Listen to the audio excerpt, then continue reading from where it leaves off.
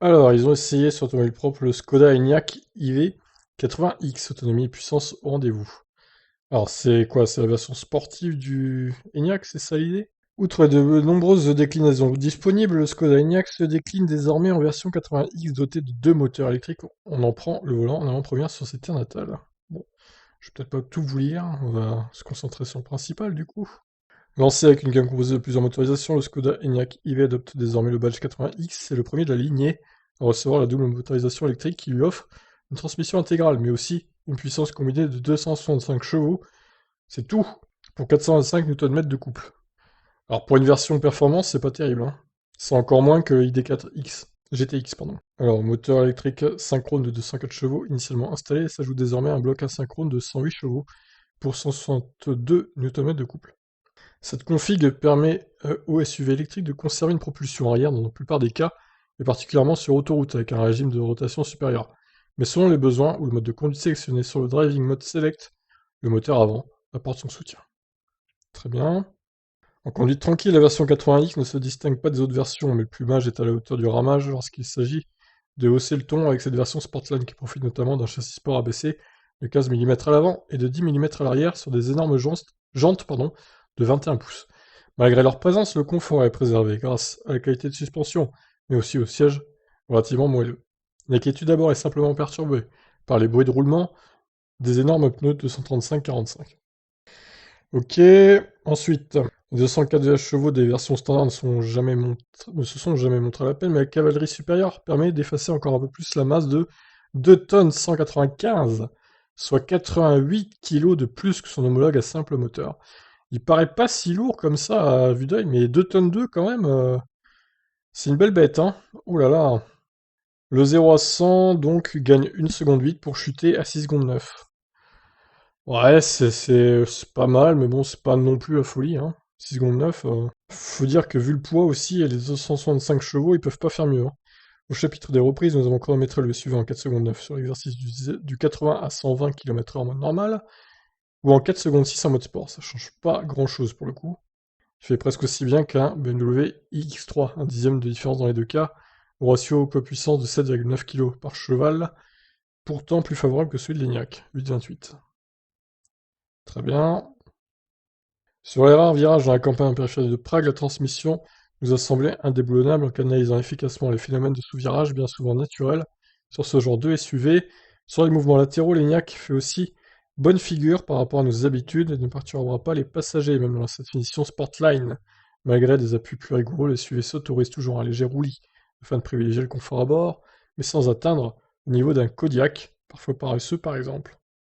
Mais c'est davantage la consistance de la pédale de frein qui perturbe dans ces conditions-là, même en ville, avec une course trop longue et une très légère hésitation à l'attaque entre le freinage par friction ou régénératif, ce dernier est paramétrable selon trois niveaux de puissance. Le mode auto associé à la cartographie module la décélération en toute autonomie. Sa gestion est efficace, mais fait régulièrement preuve d'un excès de prudence. À l'approche de certaines courbes, c'est l'oblige à reprendre les gaz bien avant le virage, ce qui ne se montre pas vraiment optimal pour limiter les consos. Ok, alors l'autonomie et tout, là, voilà. Rentrons dans le vif du sujet quand même. Pour cet essai, nous allons définir un parcours mixte mêlant des portions autoroutières au réseau secondaire en passant par des villages de la capitale tchèque, régulièrement embouteillés même lorsqu'elle est désertée par les touristes, pour les raisons que nous connaissons. Au terme d'un parcours de 167 km à la vitesse moyenne de 53 km/h, nous avons enregistré une moyenne de 20,8 kWh au 100. C'est quand même beaucoup, hein. Ce qui, avec une batterie de 77 kWh de capacité nette, offre 370 km d'autonomie. En l'absence des mesures de reprise toujours énergivores, la barre des 400 sera à la portée de l'ENIAC, c'est 100 km de moins par rapport à la valeur WLTP communiquée par Skoda. C'est beaucoup quand même, hein. 100 km de moins. Le Skoda Enyaq a enregistré une conso de 21,5 kWh sur autoroute à 120 de moyenne sur une portion de 50 km. Ça c'est pas mal par contre, c'est bien. Avec tous les périphériques et équipements en fonctionnement, c'est toujours moins que le ID4, dont le CX est plus important de 0,28 contre 0,26 pour ENIAC. D'accord, explique ces consommations plus élevées. Ok, donc plus aérodynamique à hausse de vitesse peut-être le Skoda Enyaq? Bon, c'est bon à savoir. Alors, la recharge. Comme ce dernier, la version à transmission intégrale propose un chargeur embarqué AC de 11 kW, un système de recharge rapide de 125. D'après le constructeur, Il peut faire le plein de 5 à 80% en 38 minutes sur une borne adéquate. Encore faut-il mettre la main à la poche. Le chargeur de 125 kW nécessaire pour parfaire la polyvalence de ce modèle familial à l'aise sur autoroute est dispo en option au prix de... Quoi? Attends, non, quoi? Non.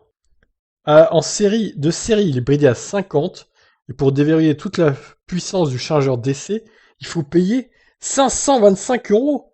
Mais c'est une blague! Non, mais ils sont pas sérieux là. Oh, c'est tellement mesquin de leur part, mais c'est honteux quoi.